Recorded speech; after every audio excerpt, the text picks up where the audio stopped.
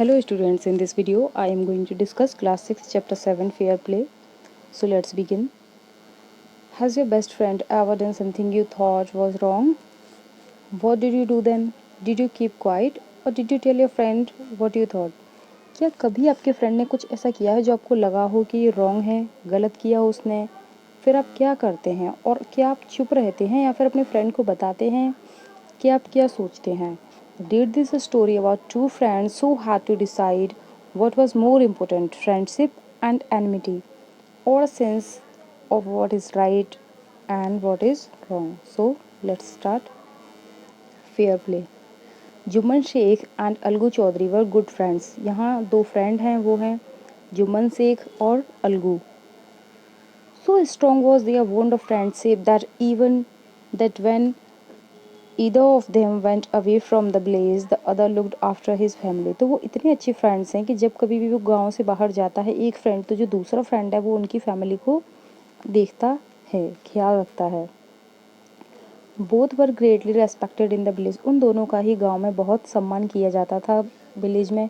Jumman had an old aunt who had sum property. Jumman है, उसकी एक आंट है, उनकी जो प्रॉपर्टी है उन्होंने जुम्मन को ट्रांसफ़र कर दी है.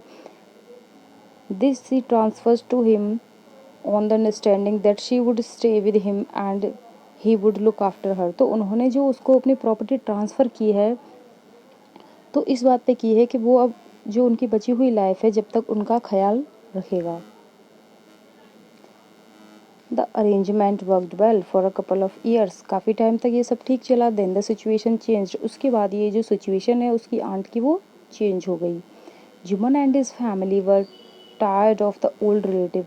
जो जुम्मन और उसकी फैमिली थी वो उनसे टायर्ड यानी कि उनसे परेशान होने लगी. Jumman became as indifferent to her as his wife. तो जुम्मन जो अपनी आंट से है इनडिफरेंट यानी कि एक बेकार बिहेव करने लगा, उनसे कोई अच्छा बिहेव नहीं करने लगा. जैसे कि उसकी वाइफ करती थी रूडली वैसे ही वो भी करने लगा. Who grudges even the little food that the old lady wanted every day. जो उसकी वाइफ थी वो आनाकानी करती थी यानी कि खुशी से उनको खाना नहीं देती थी जैसा वो ओल्ड लेडी चाहती थी. She swallowed these insults along with her food for a few months. तो जो ओल्ड लेडी थी उसकी जुम्मन की जो आंट थी तो उन्होंने कुछ महीनों तक उस जो उनकी इंसल्ट करती थी उस चीज़ को भी एक तरीके से स्वालो किया, उसको निगला खाने के साथ. But patience has its limits. लेकिन जो पेशेंस होते हैं, धैर्य होता है, उसकी एक सीमा होती है, उसकी एक लिमिट होती है. One day she spoke to Jumman, my son it is now obvious that I am not wanted in your house.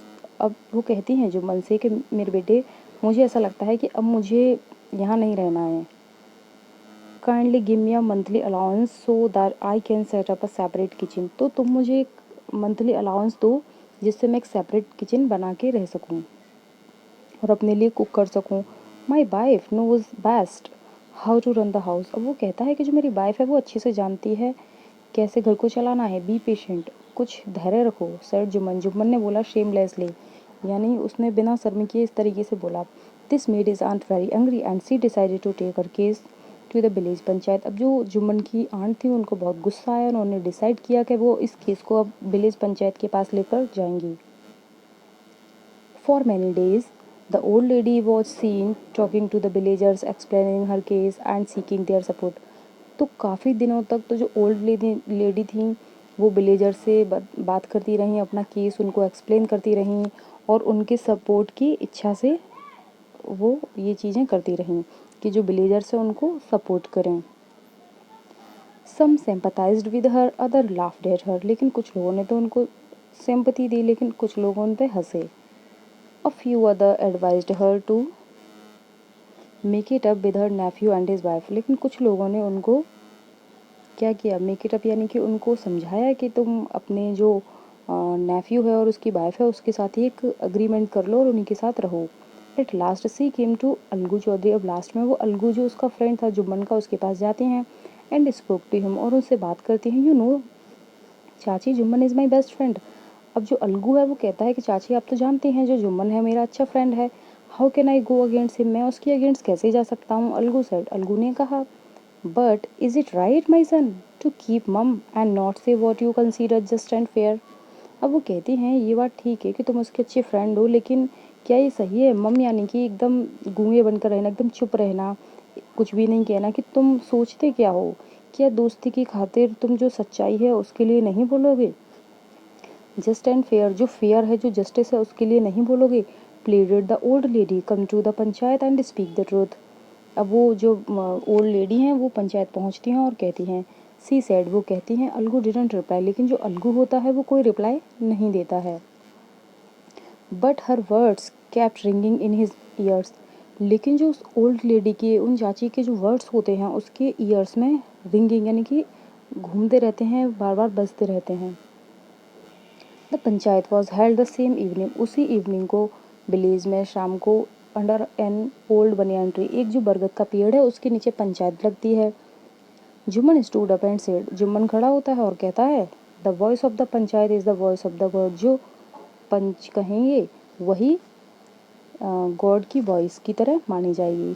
Late my aunt nominate the head panch, अब जो मेरी आंट है उनको हेड पंच को नॉमिनेट करने दो, वो जिसको पंच चुनेंगे वही फैसला करेगा, वही डिसाइड करेगा। I will avoid by her decision, मैं उसका डिसीजन मानूंगा, स्वीकार करूंगा। The panch knows neither friends nor enemy, अब जो पंच होते हैं वो तो ना फ्रेंड को देखते हैं और ना एनिमी को, वो सिर्फ जस्टिस करते हैं। What do you say to Algu Chaudhary, the old lady announced, अब जो ओल्ड लेडी है उन्होंने अनाउंस किया, हेड पंच किसको चुना? उन्होंने अलगू चौधरी, जो कि जुम्मन का फ्रेंड था। Fine, replied Jumman hiding his Joy, अब जो जुम्मन है अपने जॉय यानी कि हैप्पीनेस को छिपाते हुए बोलता है कि ठीक है। Over this unexpected piece of luck, वो कहता है कि ये तो अच्छा है, ये तो मेरा फ्रेंड है Algu. Chachi, you are aware of my friendship with Jumman, अब वो कहती हैं, चाची आप जानती हैं ना जो जुम्मन है मेरा कितना अच्छा फ्रेंड है। अलगू कहता है ओल्ड लेडी से, आई नो दैट, मैं जानती हूँ। रिप्लाइड द आंट, आंट ने कहा, but I also know that you will not kill your consciousness for the sake of friendship, लेकिन मैं ये भी जानती हूँ कि तुम फ्रेंडशिप यानी कि दोस्ती की खातिर अपनी जो कंसाइसनेस है, अपनी जो अंतरात्मा की आवाज़ है उसको नहीं किल करोगे, उसको नहीं मारोगे। God lives in the heart of panch, जो गॉड है वो रहते हैं पंच के हार्ट में। And his voice is the voice of God, और जो पंच की वॉइस होती है वही गॉड की वॉइस होती है। And the old lady explain her case, फिर ओल्ड लेडी ने अपना केस एक्सप्लेन किया। जुम्मन सेड अलगू, अलगू ने जुम्मन से कहा, you and I R old friend, मैं और तुम कैसे हैं? ओल्ड फ्रेंड्स हैं, काफ़ी टाइम से फ्रेंड्स हैं। Your aunt is as dear to me as you, तुम्हारी आंट भी मेरे लिए उतनी ही डियर यानी कि उतनी ही प्रिय है जितनी कि तुम्हारे लिए है। नाउ आई एम अ पंच, अब मैं एक पंच हूँ। You and your aunt are equal before me, तुम और तुम्हारी आंट मेरे लिए दोनों बराबर हैं। वॉट हैव यू टू से इन योर डिफेंस, तुम अपने डिफेंस में क्या कहना चाहोगे, क्या कहना है? 3 years अगो बिगन जुम्मन, जुम्मन ने कहा कि ये सब 3 साल पहले की बात है। My aunt transfer her property to me, जो मेरी आंट है उन्होंने मेरे को अपनी प्रॉपर्टी